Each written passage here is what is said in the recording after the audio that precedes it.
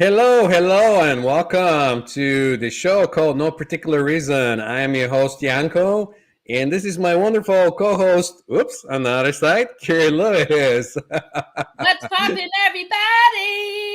And we're up to episode 54, which is very exciting. And we're chatting before the show, and we realized that we've been doing this for a long time now that we're up to episode 54. Can you imagine that? It's, as I say, that I stole from my daughters, cuckoo banana pants.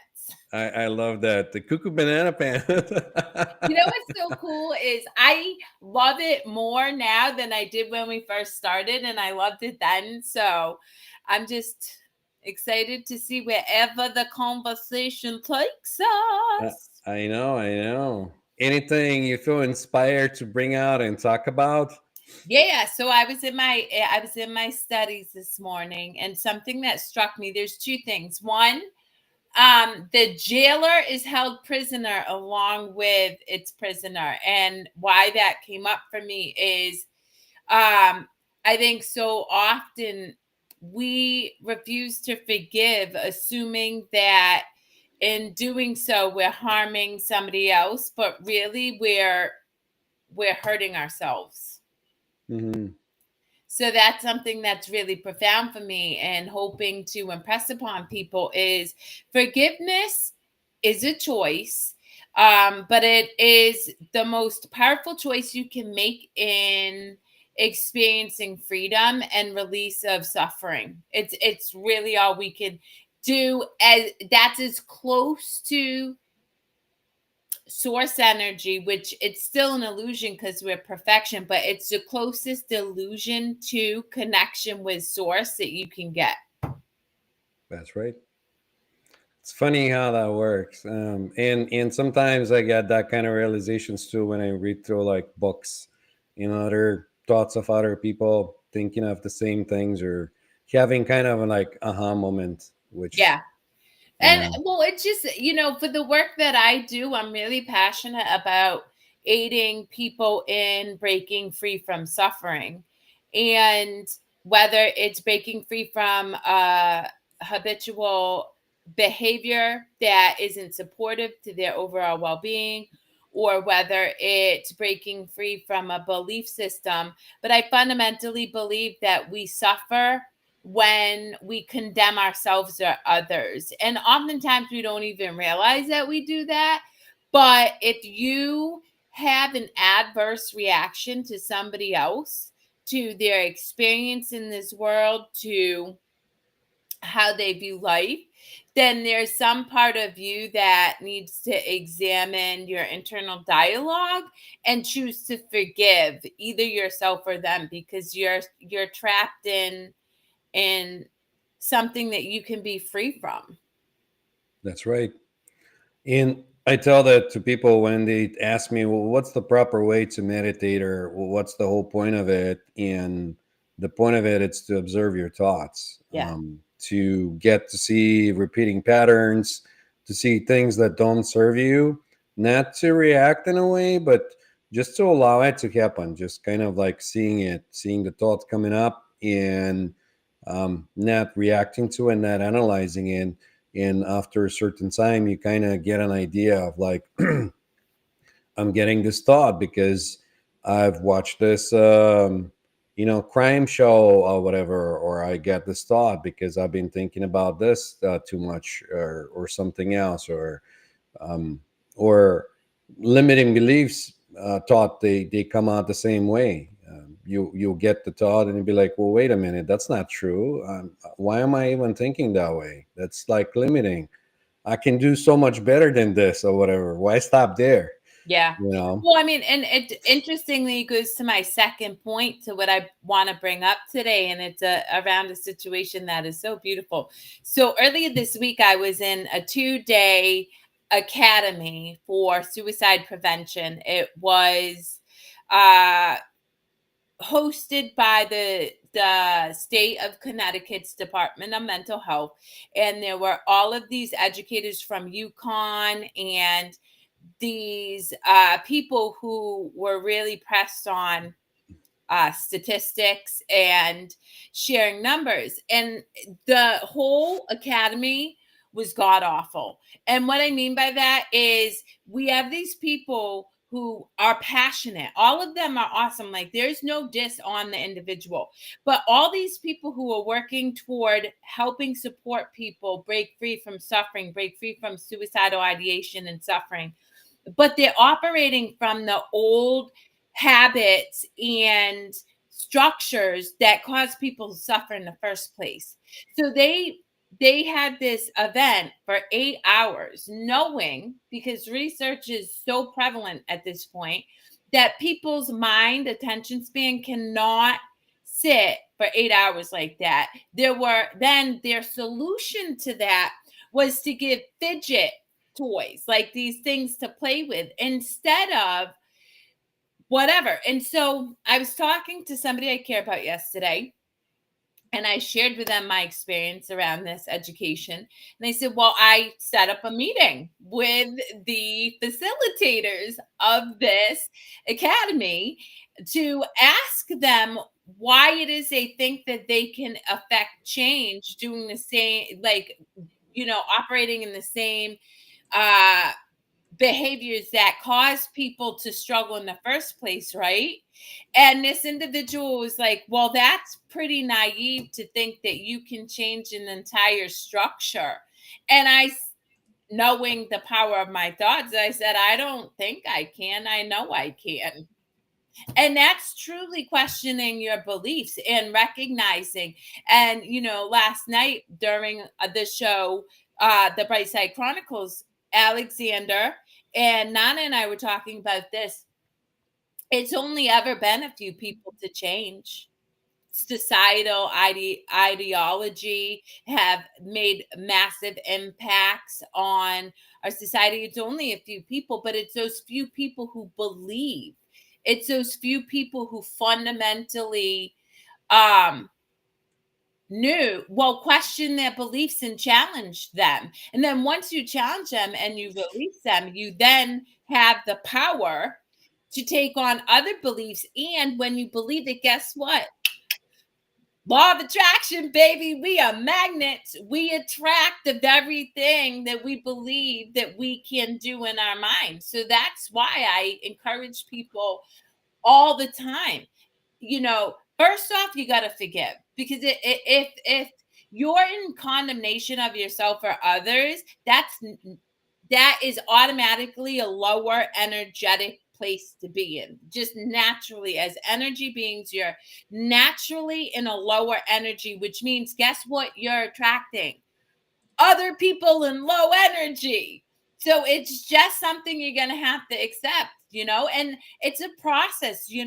To Yanko's point, you were saying, you examine your thought and you make a different choice. I'm going to tell you right now, I've experienced a great deal of traumatic situations in my life. So it may have taken me 400 times to examine the situation and forgive that person and make that choice over and over and over and over and over and over and over, and then learning to forgive myself for it to finally release. But the thing is, I never gave up choosing to forgive, and eventually it didn't hold power over me. The same holds true as beliefs, right? I believed I was a piece of crap. Like, I literally, guys, thought I was worthless. I was a mistake, that I shouldn't exist. So it took me a few years of examining that belief and stacking evidence to the contrary, feeding my brain opposite information. And eventually I knew it was like it no longer held any power over me. Well, and if you're more on the scientific side of things, people explain that with habits. If you keep doing the same thing, that turns it into a habit. Those neurons are fusing together, Yep. creating shorter paths, and every time you just take that shorter path. And you can observe that with animals in nature. They don't go through the bush, they go through the already existing paths around. They're not making new paths to go around because that's less resistance. So and to Kerry's point, is not something that's going to happen overnight or it's going to be easy, because imagine that you've been doing that for who knows how many years, reinforcing those beliefs, and then all of a sudden you hear me or a Kerry or somebody else talk about it, and you say, oh, I'm going to give this a go, and you try once or twice and you give up and you say, ah, that's not working, Yep. because you already exist in those beliefs. So Yeah. might take a while Yeah. until you see the effects going back. And same goes with observing the thoughts.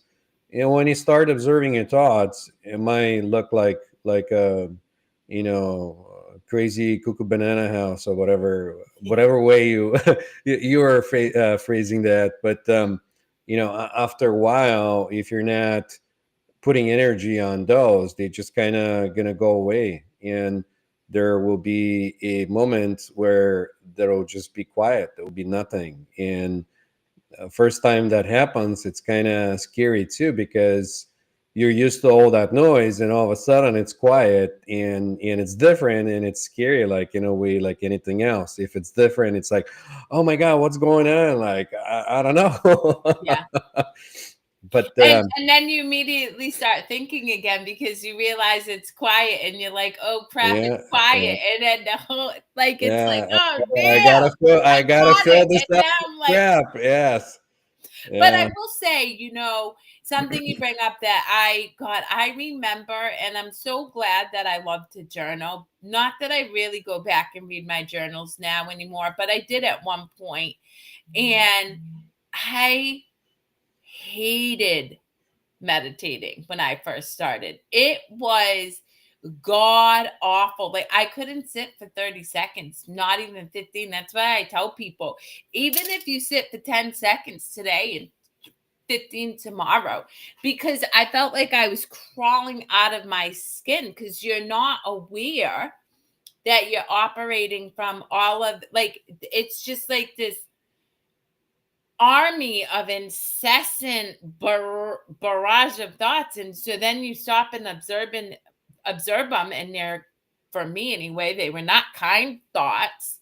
So I'm like, this is like horrible.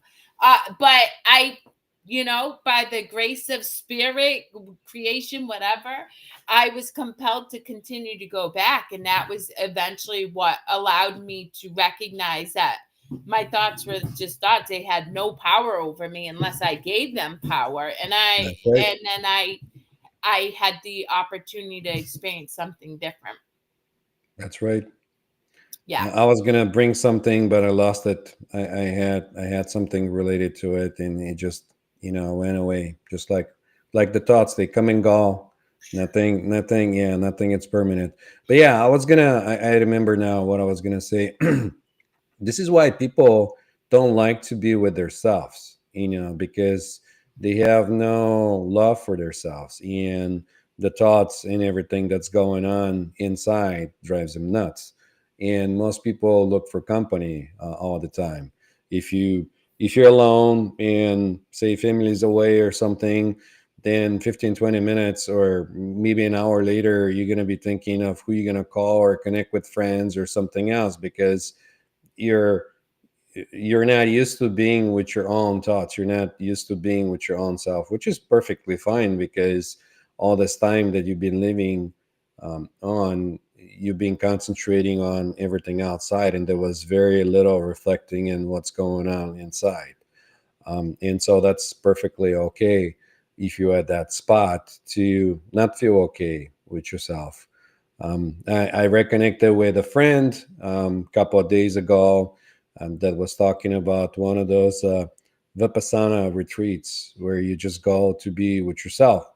You leave your phone, you leave everything away, and for 10 days, you're in a place where you have enough time to reflect and go within and just soak it all in and meditate, and your basic needs are met. You have food and shelter, and this is great. But for some people, it's hell, Yeah. because they're not used to, from being with company or being alone for an hour or two, of just like jumping in and being by themselves, with their own thoughts for days and ago.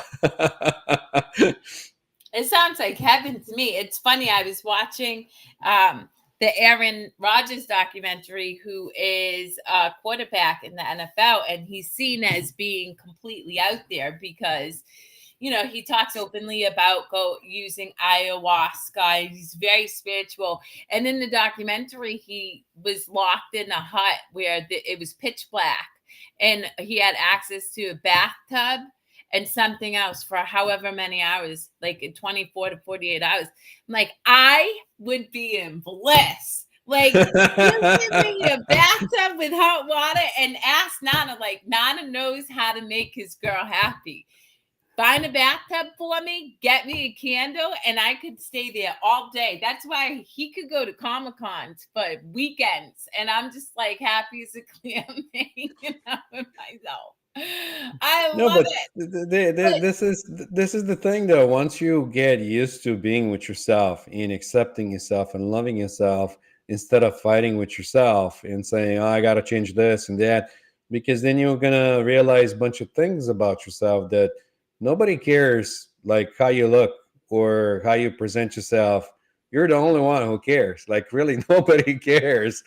Um, and when you come to this kind of conclusions and other things that come about when you observing yourself, then you stop trying to change things and fix things because they don't need fixing. They're just okay.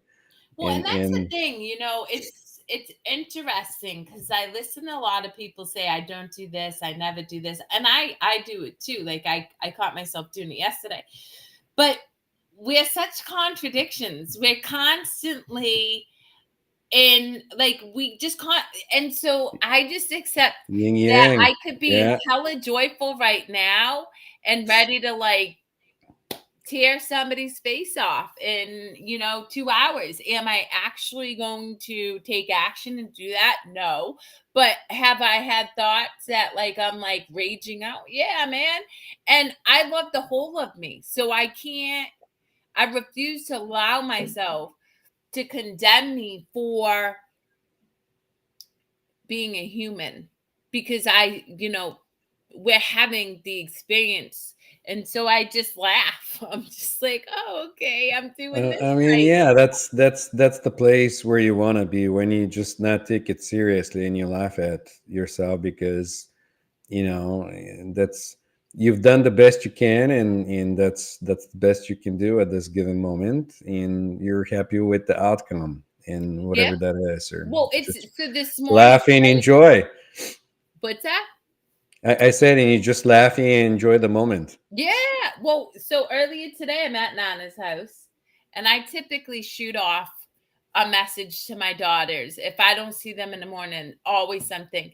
And it was later, and I didn't, and I immediately got this like notion, like this feeling of sadness, and I'm like, wait a minute, that's crazy. I don't have to feel sad. I can cultivate the fact that one, it's now 8 o'clock and I can send my kids love.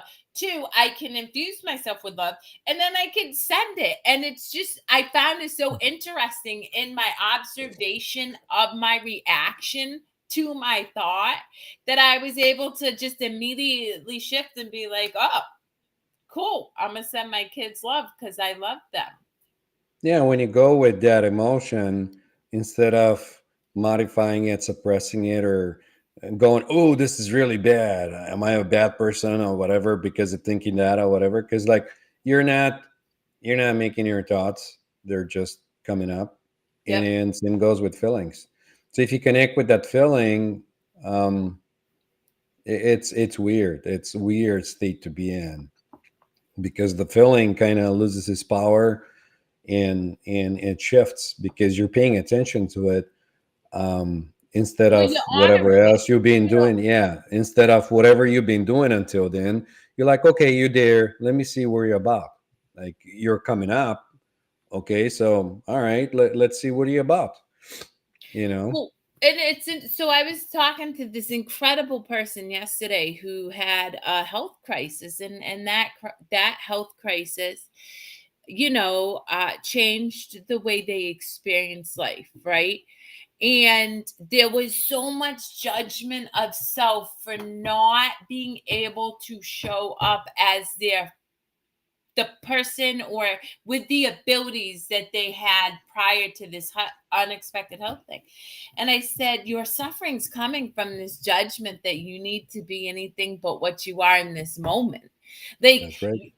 and when you accept that, here's the beautiful thing. You also learn and tap into so many different superpowers you didn't know you had when you were focused on what you knew you did prior to whatever's going on. And so it really is just honoring your feelings, right? Obviously, I was talking to another person, an amazing gentleman. He's going to be on any of our shows. He can be here too. His name is Al Richards, and he's a passionate speaker on the topic of addiction recovery.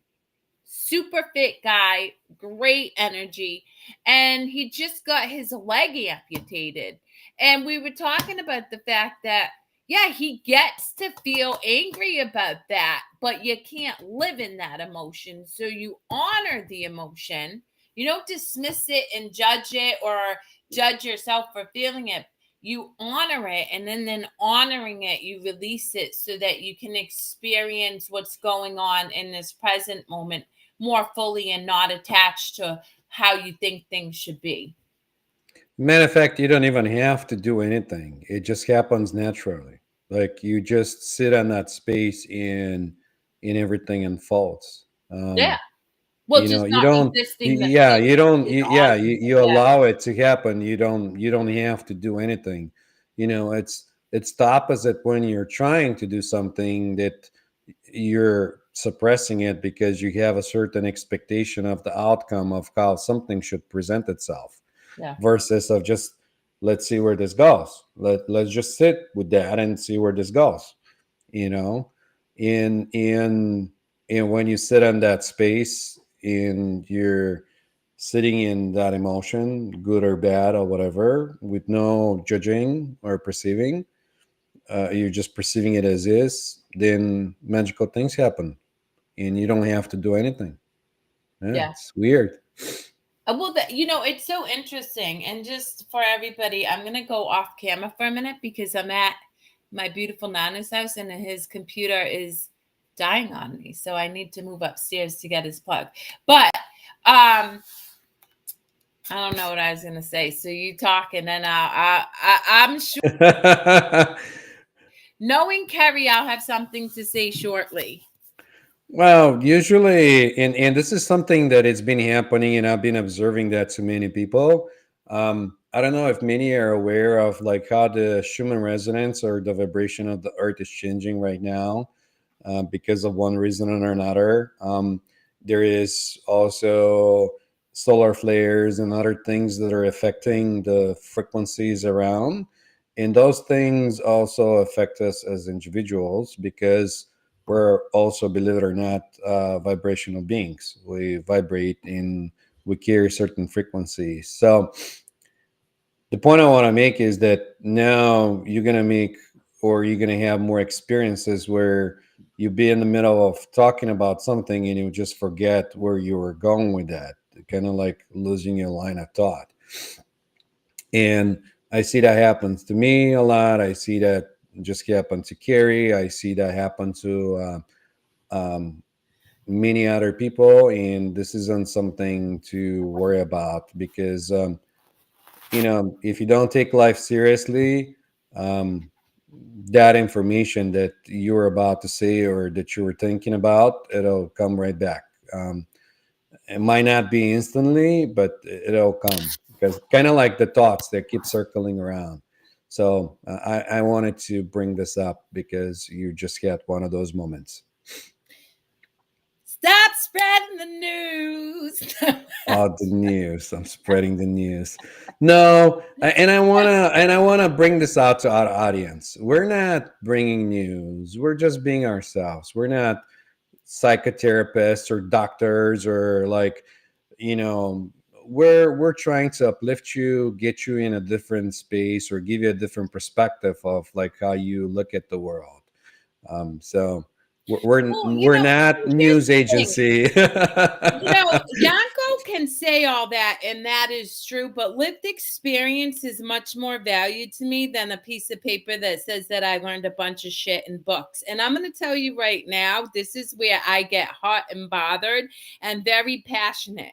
Again, looking and sitting amongst these highly educated professionals this past week who were beautiful, like no diss, they're all doing work in service to humanity. However, a book filled with information and actual application so that it becomes wisdom is very different. And where I take issue personally, and this is a personal perspective, I cannot speak for Yanko, is that we have a whole bunch of people with a whole bunch of papers and a whole bunch of letters in front of and behind their name, and they cannot actually say what it's like to experience peace, what it's like to overcome addiction, what it's like to be able to observe your thoughts, what it's like to show up fully expressed, unapologetic. They operate from their own set of conditions because they've never given themselves permission to question them and then do something different. And so, yes, I am not at all educated in higher ed. In fact, I passionately am proud of not having any certificates because I'm not a slave to policies or specific things that I have to adhere to in order to show up in service to the individual that is in front of me and or the people I'm talking to. And at the end of the day, look, I can catch heat, and I shared this with the individual yesterday who said that it was a lofty goal for me to think I can change the structure of how the Connecticut Department of Mental Health does their trainings. But I said to this individual, I've caught heat my whole life. I think about Kendrick Lamar. Like, I've dealt with confrontation my whole life. I'm not going to back down from confrontation.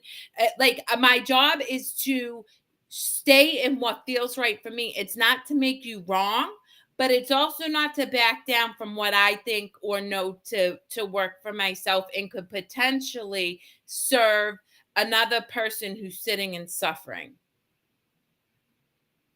You Yeah, got me fired up, Yanko. I tend to do that around people. I don't know how I do that without even like maybe I'll throw one word up there and they'll get fired up. Last time I got fired up about something, it was a good thing that I got to see it and I was like, "Oh, I'm seeing this coming up." So, yeah, I know what's going on here.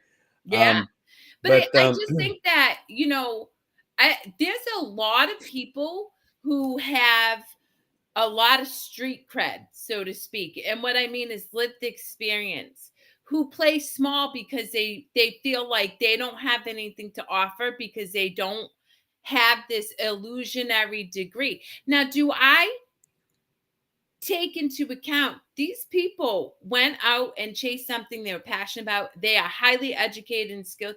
Yeah, of course, I have immense respect and appreciation for anybody who chases what feels right for them. I really do. It's no diss on them, but that doesn't negate the fact that um a person who's lived on the street shooting heroin for 16 years, who was able to question their own thoughts and shift their beliefs, has just as much, if not more, influence to help somebody else move the needle and heal from suffering. yeah. Well, there's very many applications, not applications, but explanations why people are the way they are, and everyone have their own experience, and I honor everyone's experience because, like, the way I look at it, it's like one big party. Everyone comes in here to have what they want to have. Some people want to have fame, other people want to have money, other people want to have knowledge or certificates and other things like that, and that's the driving force behind, because that's the beauty of it, because you have something that drives you to get up in the morning and to keep going. Yeah. and And so to me, um, everyone does what they feel right to do, and that's why I say everyone it's full, whole, and complete in my eyes. Like, you know, Well, I also think that it also I think the reality is we need people at all different levels of awareness, right? With the educators, we need the streets, we need all levels of consciousness, because all levels of consciousness will help raise up another person. So like if I had read Eckhart Tolle 30 years ago, I would have like there was would have been nothing that made any type of sense to me, because I wasn't aware enough within my own consciousness to be able to resonate with his work. Fast forward, because of many people who actually got degrees and therapy and all these things who guided me along the way, I continued to do the work and shift it out and up into different consciousnesses where I could experience more that knowing, that peace, that our own, like our superpower is currently in this present moment, and that's really all we have. mm, that's right. But again, you're not wrong about the different consciousness levels, because you that gives you the ability to have different perspectives. Yep. Because when you're in the one level, I'll tell you, like books that I was reading, I hardly understood anything, and I just kind of pedaled through the books just to kind of like see if I can find something that I'll understand, like a hidden gem or something. And then a couple years later, I'll reread the book and I'll get inspired to go back and check a passage or something that came to mind, and I'll be like, "Oh man, this makes perfect sense now." Like maybe because it wasn't all processed in the deeper level in the mind when I was reading it, or not, or I didn't have the perspective that I have now. But that's usually how it is, and that's why I say, like, I'm not 100%. Nobody it's 100%. Oh, it's I it's come with my experience, and if my perspective changes, I'll say, hey, listen, 2 years ago I was thinking that way. Now I'm thinking this way, because like my perspective changed. Like now there's a different level of consciousness. I won't say higher or lower. It's just different. So, and that gives me another way to see it. It gives me the balance in between. It gives me the distance, or like whatever way you want to say it, the background and the foreground, and yeah. all that, to be able Well, to it's process it. interesting you say that. I was working with an individual last week and I knew they were not present. I was taking them through meditation and I knew like there was part of them, there was a lot of resistance, but I purposefully kept going through the meditation. And then another individual who witnessed this individual was like, they're not even doing it, da da da. So I was like, let me jump on a call with you. And I jumped on a call with this individual and I said, it doesn't matter. I'm planting seeds regardless. It doesn't have to make sense at all. That's why I think, I can wholeheartedly say I have no attachment to the outcome that my clients get when they work with me, because I know I show up fully, fully present and in love. So there's nothing I can do that's harmful because it's in pure love. And this is why my clients also know that if I cannot show up outside of love, I will cancel the meeting. If like I'm struggling with ego or in my feels and I can't ground myself into love, because I truly believe when you're in love, you're in this collective consciousness and I can reflect back to that person what they need to hear from themselves. It just comes out of me, right? I won't work with them.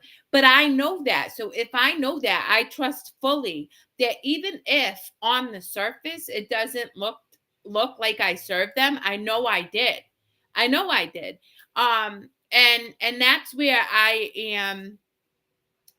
People ask what is the your desired outcome? I'm like, to show up in love. Like, because if I do that, I will hands down be able to serve in a meaningful way, instead of I have some type of agenda and understanding that it makes me know what you need. That's total banana pants. And that's Yeah, why, you're projecting, then you're yeah, projecting your beliefs into their system, and that what happens with everyone every day when you see somebody on the street or school or bus or whatever, they're projecting their beliefs onto you, and that goes with anything, yeah. and you may experience it, though. You may ask them, like, why would you think that way, and they'd be like, I don't know. Or they'd be like, well, I heard the story, or somebody told me, like, you know Yeah, and I you never might lose I your won't. money if you invest the money in the stock market or something like that. You know what I mean? Well, Without that's why I going back to you not understanding the books and me being able to know that I'm working with somebody who's has resistance or is not bought into maybe the process we're going through in that moment.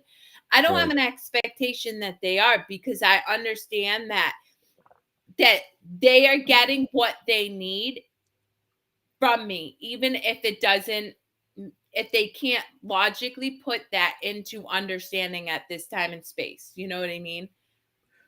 And I'll bring this up from the point of view of hypnosis, because we only use about 20% of like verbal communication. Everything else, it's body language, the way you look somebody, like your presentation or whatever. And if we take it to even a higher level of understanding, then it'll be auric fields, like one person magnetic field, affecting the other person that sits with them, and affects their magnetic field.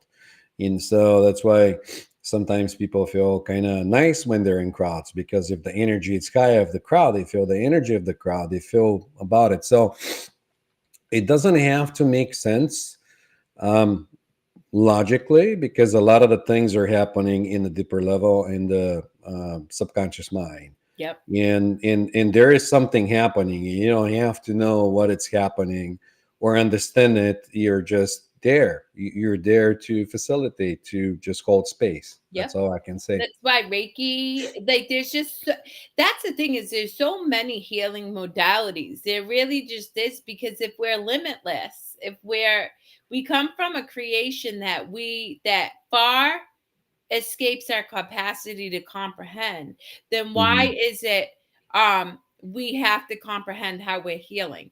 And I had this conversation with two individuals this past week, and we think that our job is to fix the problem, the suffering, the whatever that's coming up. And it's really not. It's just to be a witness to it and just ask. Like, for me, I'm just like, okay, I'm letting this go to whatever's out there to handle, and I don't overthink it or try to figure it out or whatever. And every time I do that, things work out perfectly. The minute I try to figure out or problem solve a problem using my logic, 99.9% of the time I miss the mark, or it feels really, really hard. I get it done, but I it's not seamless. It feels really difficult. Yeah, like you're swimming against the current. Yep. Exactly. And yeah, but it's all a definition. Like, we're using definitions to make sense of the world around us. Yep.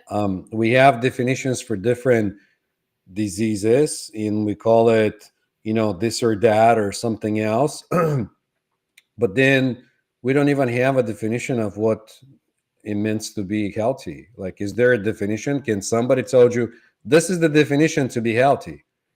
I mean, we can define other things, but it's just words that we use in our vocabulary to make sense of what's happening around and how we perceive the world. Well, So and in that, reality, I won't say that somebody is sick or somebody is not sick or somebody is healthy, or everyone is what they are in what they get. And I'm going to bring some comments. We have some of the viewers that are commenting in. We appreciate you guys watching us, commenting, and getting in. yes, And Lima. Okay, can I put you on blast? So Lima showed up in, hands down, the best costume this past Saturday. Oh, I loved it. And to your point, um Yeah, emotional intelligence is critical in learning who you are, and then really understanding your power, because then like your emotions get help you observe your thoughts, right? And shift out of the experiences that you feel no longer serve you. So, Well, they're two different things. Emotion always overrides logic. That's the first thing everyone has to understand. When you're in your emotion and something that's unfolding, there's no logic. This thank is you. ingrained in our DNA. You know, back in the day, tiger jumps in the front of you. You don't use the logic. You don't say, should I run or should I do? You Yep. just turn and run. Yep. And all I the logic gets out of the head. You climb up a tree or you jump or you do something and then you go back and you analyze and you say, well, how did this happen? and well, it's interesting because I talk to a lot of clients, and in relationship with people, I'll have one client say, "Oh, my boyfriend said this when we were fighting, blah blah blah, and now he says he doesn't remember." And I'm like, "That's probably true." Because when you're in a heightened emotional state, you're thinking from emotion, you're not thinking about logic, which is why I really encourage people to learn and practice self-care strategies, breath work, tapping, grounding, journaling, listening to music, boxing. I don't It's a myriad, smelling a candle, right? There's endless possibilities to take care of yourself. But the minute you are aware that your emotions are coming up, if you think you're going to achieve a desired result in an emotional state, you're sadly mistaken, because you're not operating from your prefrontal cortex. And so how you respond is typically, right, from a fight or flight, fear based like understanding. And that's why I encourage my clients all the time. The minute you start to feel some type of way, make a pact, make a commitment. Up, this conversation's over. I'm gonna step, and you can do that 100 times. There are times me and my daughters are really good. Mom, this conversation's over. Okay, and then we come back to it when where emotions are not heightened, and we can have a logical conversation where we can hear each other. Um, without being in fear, because really that's I fundamentally believe. Yeah, get that emotional balance. Yeah. um yeah, and I see something else though, because like, to go back to the example I was giving, back in the day, if you see a tiger, you run, um, uh, or you freeze or you fight. It's fly, fight, freeze. One of those three. But nowadays, there's this invisible tiger that's like, you not making it on time, you're not like paying your bills, and there's something, and your system gets overloaded constantly because back in the day you would turn around and run from the tiger, and after it's gone, you kind of settle down and the system goes back to balance. But This is now, a really big tiger, guys. Because yeah, I'm going to tell you right now, I have no alerts on my phone. When I was a leader in corporate America, I would have my emails alert me. I would have text messages alert me. I would have Facebook alert me. I would have all this stuff, right? And so what I learned was my nervous system was constantly in overdrive. It never ever got to become like be static, like in homeostasis, calm, right? And this is why when people experience road rage or they commit a heinous crime like in an instant, people are like, well, where'd that come from? I'm like, it's not that surprising, because this person is always in this really highly reactive state, and then it just takes that one thing to to tip trigger them them. Yeah, over and send them right into making a choice that most likely will have long lasting repercussions. And it's really because, we are not taught to be proactive, particularly in America. We are taught to be reactive, right? Even think about it. Like this training I went to around suicide prevention, yeah, sure. They talk about upstream, which means preventing it, but it's really like reacting to somebody having suicidal and ideation stuff. And I encourage people, be proactive.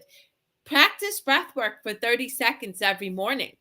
It's going to become monotonous. It's called Yeah. mastering the monotony. You're not going to want to do, but you do that every day. And the minute somebody cuts you off or threatens your daughter, before you go to, you practice breath work so much that you remember to breathe, and then you make a different choice. And that's really where our superpower lies, is making those choices. Me, it was taking off my alerts. I don't get alerts. Obviously, my morning and nighttime practices have helped me establish that. But then there's so many other tools that I lean into throughout the day to regulate my nervous system so that I can stay grounded and present and responsive from a place of love rather than fear, which is when we're in that heightened state, it's a place of fear. Yeah, I like how you get it all together. It's perfect. Breath work, it's a wonderful tool, and I see it more and more. And people that are, it's becoming more and more a thing nowadays. Let's put it that way. I see a lot of events where um, they do breath work, they do seminars, they do different things because that really helps you get those out and to put the system back into symbiosis, or kind of like a natural way of being instead of being up and up. Sadly, the reality of thing is that once you do it and you don't realize, you're gonna feel the relief, but then you're gonna go right back because you already had that, habit or system of like how you pay your bills, how you show up, and what you do. And it's like any other modality. You can go get like a some kind of result, but do look into your patterns, your thoughts, your emotions, see how they affect your day to day, so that you can start in a road where you're actually making a change that'll help you down the road, not Yes, something which will be temporary. long lasting. You're right. Right. Like self-care is great. Don't get me wrong. But until I reprogram my brain and rewired it to know that I'm limitless to, and here's the thing, Yanko, I know you can attest. Alexander and Nana yesterday on our show was talking about this too. We've had so many experiences now. Like there's so much evidence that proves to us, right? That we don't have to, like we don't have that like fear of oh my god, this isn't going to work. However, at one point in time I had to have blind faith. I had to believe that I was going to examine this belief and I was going to shift to a different belief, and eventually that would change the way I experienced life. Eventually the universe provided me with the evidence I needed. But that's why, it's super important to surround yourself with people who are working to elevate themselves rather than keeping you where you're at because you're in a cage if you do. So even if it feels foreign, even if there's resistance, if you keep doing it, eventually you'll experience your own results. Yanko and I are very passionate about the fact that I don't want to sell you on anything. Don't take my word for it. Please don't. That's Yeah. crap. Do That's the do, do, propaganda. do the work. Try Yeah, it for do the yourself. work. Yeah. Yeah. Yep. Yeah, get that experience. Try it out. See what works. Obviously for Kerri, breathwork works. For me, more of a sitting in silence works. In other people do sound baths. Other people do salt baths, caves, or whatever. Whatever works for you. Try it out. See what works. And so here's the thing. Again, when we talk about being proactive, and I'm a big fan of practicing what I preach. So I want people to see this. This is my alarms. They're not set. So as you can see, I don't have any alerts. This is hundreds of positive messages that I put in my phone over time So that way, if I was experiencing a moment of struggle, a limiting belief, something that I knew I had to think about that, guys, I'm still scrolling. That's called being proactive. It's taking a couple minutes and figuring out, okay, what's something that can help me stay regulated? For me, I'm a big visual person. And the reason why is if we know that when I'm emotional, I'm not going to think logically, guess what? I'm not going to remember to breathe. So breath work is great, but if I'm already pissed off, I'm not going to be like, oh, breathe.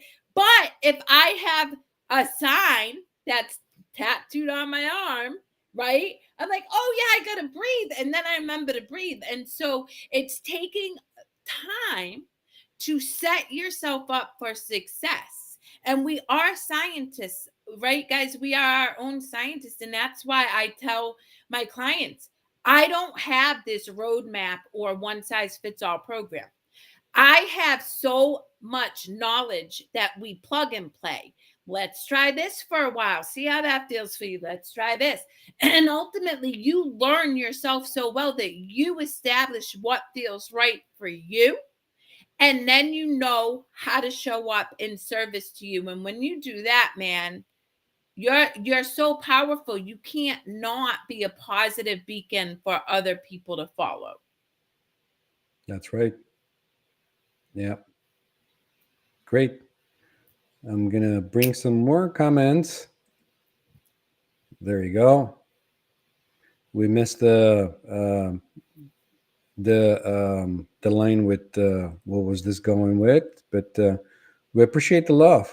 We do appreciate the love. Thank you In so much for we checking us do out. it. And I did see Cito placed a comment earlier, and there's if I'm not mistaken, Cito is a boxer who I have so much not boxer. I think he does UFC, but I've seen him get in the cage and put himself out there and show up and do things. And so shout out to you.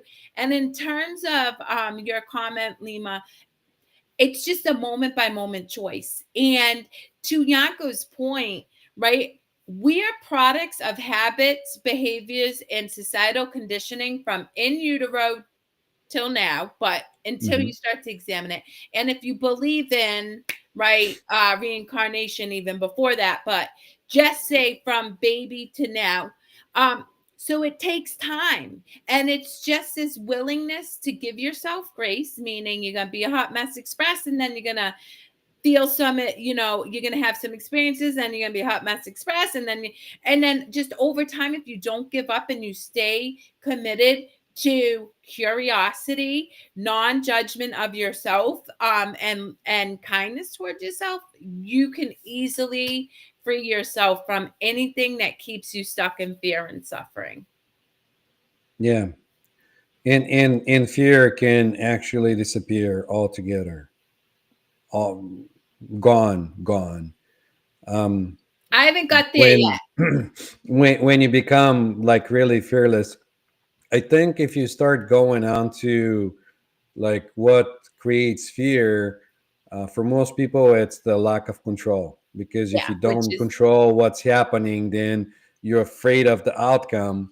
And so the more you get in alignment of like an acceptance of that, yeah, this is happening and this is how I'm perceiving it, whatever, then there's no fear. um, Yeah. Well, I think most people fear death, but the reality is like it. Don't get me wrong. I was steeped in fear around death for a long time, but I mean, everything dies. Like, think about it. This show's gonna end, and then I'm gonna do something different, and then that's gonna end, and you know what I mean. And so, I'll tell you what I did.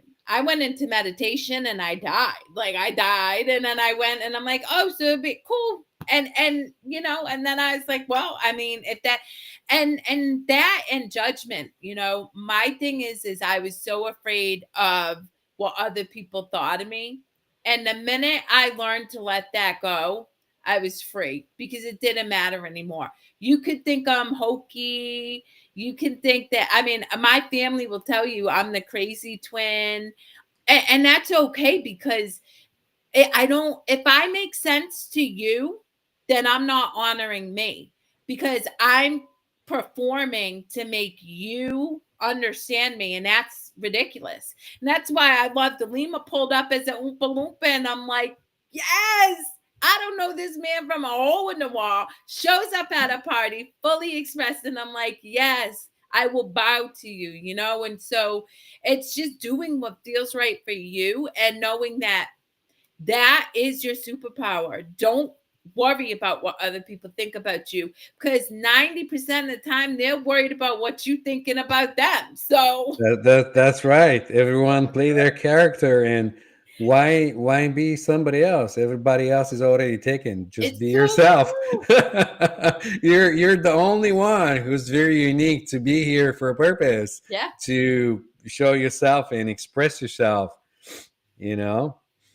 But yeah. Ah, nah, you know what? You're listening to yourself. You know, I will tell you, Lima, Yanko will, we only mirror back to people what is already within themselves. It's like we're all mirrors for each other.